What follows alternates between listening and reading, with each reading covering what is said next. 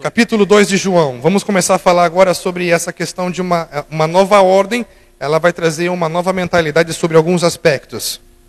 Falamos sobre Cristo, o precursor de uma nova ordem, preparada, antecipada pelo ministério profético. Tudo bem? Ele vem para estabelecer uma nova ordem que fala de um reino, de uma influência sobre a terra. Para que ele pudesse expandir essa influência sobre a terra, primeiro ele precisou chamar o quê? Discípulos. Muito bem. Então fazemos discípulos com o objetivo de expandir a influência do reino de Deus que está sobre as nossas vidas.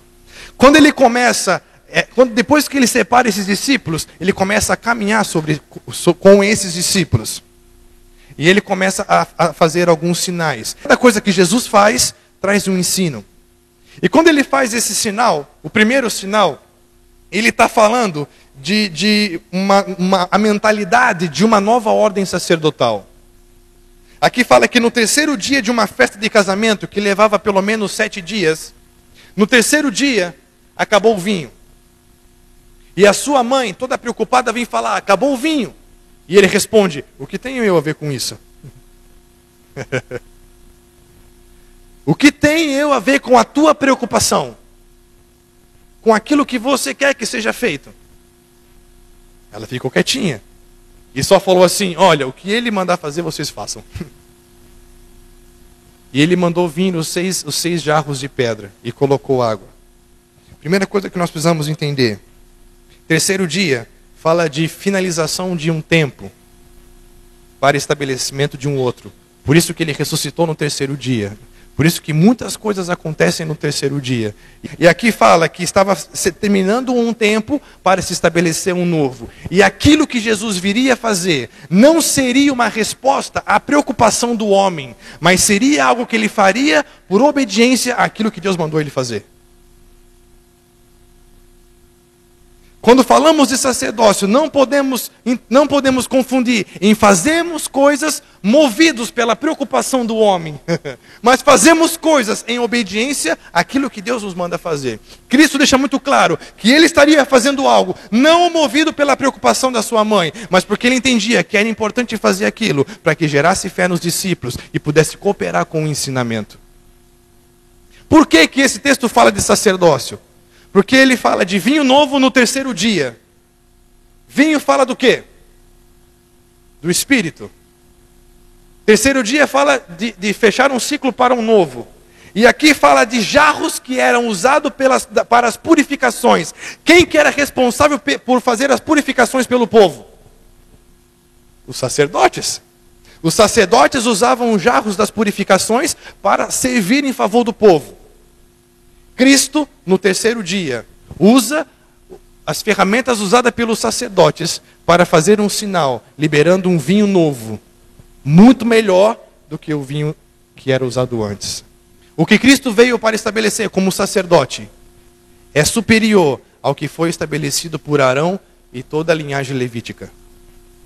Por isso que ele usa os jarros de pedra para liberar um vinho melhor do que o que estava sendo servido. E diz assim, todo mundo serve primeiro o melhor e depois o inferior. Porém, vocês deixaram o melhor para o final. Por quê? Porque Jesus estava falando ali do que ele veio para fazer. Quer uma prova disso? Vamos ali para Hebreus capítulo 7.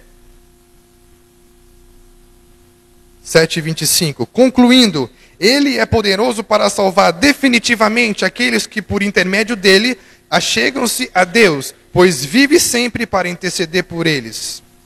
Está falando aqui de um sacerdócio definitivo, perfeito. Capítulo 9, versículo 9.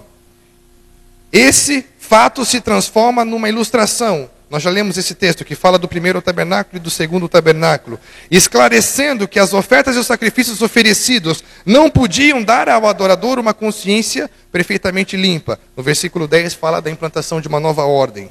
Olha o versículo 11 do capítulo 9. Quando Cristo chegou como sumo sacerdote dos benefícios que estavam por vir, ele mesmo adentrou no maior e mais perfeito tabernáculo, não constituído por mãos humanas, isso é, não pertencente a esta criação. E você vai continuar vendo isso até o capítulo 10, explicando a superioridade do sacerdócio ministrado por Cristo. Então, uma nova ordem exige de nós uma nova mentalidade sobre sacerdócio. Olha só que interessante, Hebreus 7,13. Vamos ler o 12. Pois mudando o sacerdócio, obrigatoriamente ocorre também mudança de lei. Porque aquele sobre quem se fazem essas afirmações pertencia a outra tribo, da qual ninguém jamais havia servido diante do altar. Porquanto é bem sabido que o nosso Senhor descende de Judá, tribo da qual Moisés nada fala quanto ao sacerdócio. Arão era o sumo sacerdote dos levitas. Cristo é o sumo sacerdote de uma nova ordem. Ele não era da tribo de Levi. Nós só podemos oficiar como sacerdotes porque temos um sumo sacerdote. Os levitas só podiam oficiar debaixo da ordem do seu sumo sacerdote, que era Arão. Estão comigo? Agora, se nós fomos constituídos sacerdotes, quem é o nosso sumo sacerdote? Ele era de que tribo? Logo, o ministério levítico fala aqui que era uma sombra, era uma parábola, algo natural, para nos ajudar a entender como funciona o nosso sacerdócio hoje. O sacerdócio dos levitas era natural. O nosso sacerdócio é o quê? Porque os levitas ministravam num templo parecido com esse. Jesus ministra num templo. Hebreus 10:1 fala que ele ministra num tabernáculo não feito por mãos. Que sacerdócio você quer efetuar? Você quer entender uma nova mentalidade sacerdotal? Repita comigo, a mentalidade de uma nova ordem exige de nós a mentalidade de um novo sacerdócio. Não podemos ter um sumo sacerdote espiritual e continuar ministrando como um sacerdote natural. Estão entendendo isso? Os levitas entravam e saíam, entravam e saíam, entravam e saíam. Hebreus 10:19, olha lá o que diz. Sendo assim, irmãos, temos plena confiança para entrar no Santo dos Santos, mediante por um novo e vivo caminho, que ele nos descortinou por intermédio do véu, isto é, do seu próprio corpo. Temos, portanto, um magnífico sacerdote, um sumo sacerdote sobre a casa de Deus. Desta forma, acheguemo-nos a Deus com um coração sincero e com absoluta certeza de fé, tendo os corações aspergidos para nos purificar de uma consciência culpada e tendo os nossos corpos lavados com água pura. Fala do nosso ofício sacerdotal. Quando entramos por esse caminho chamado Cristo, nós estamos aptos para nos achegarmos a Deus. Aqui nesse texto, fala que nós vamos entrar, sair, entrar, sair, entrar e sair? Hã? Fala o quê? Fala que se você entrar por esse caminho chamado Cristo, não tem volta. Repita comigo, adoração. Um caminho sem volta. Se você quer continuar sendo um levita que entra e sai toda hora, tudo bem. Mas o chamado do nosso sumo sacerdote Cristo é para um caminho sem volta.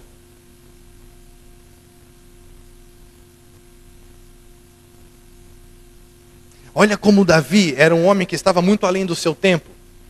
Ele era orientado por um ministério profético. E o anseio dele sempre é: Deus, quando é que eu vou poder habitar no seu santo monte? Não é? Quando é que eu vou poder habitar no seu tabernáculo? Ele já tinha uma mente ampliada, ele tinha uma revelação mais clara, um entendimento ampliado do tabernáculo de Moisés. Por isso que ele leva para Sião, e tudo que está relacionado a Davi aponta profeticamente para o que nós vivemos hoje como igreja. 24 horas, um templo que não havia véu, as pessoas tinham acesso diretamente a Deus, profetizando com instrumentos e ministrando com incenso. Era a visão perfeita de Apocalipse, onde os 24 anciãos ministram diante do Pai com incenso e com harpas. Ele conseguiu reproduzir na terra o que acontecia na eternidade. É isso que nós somos chamados.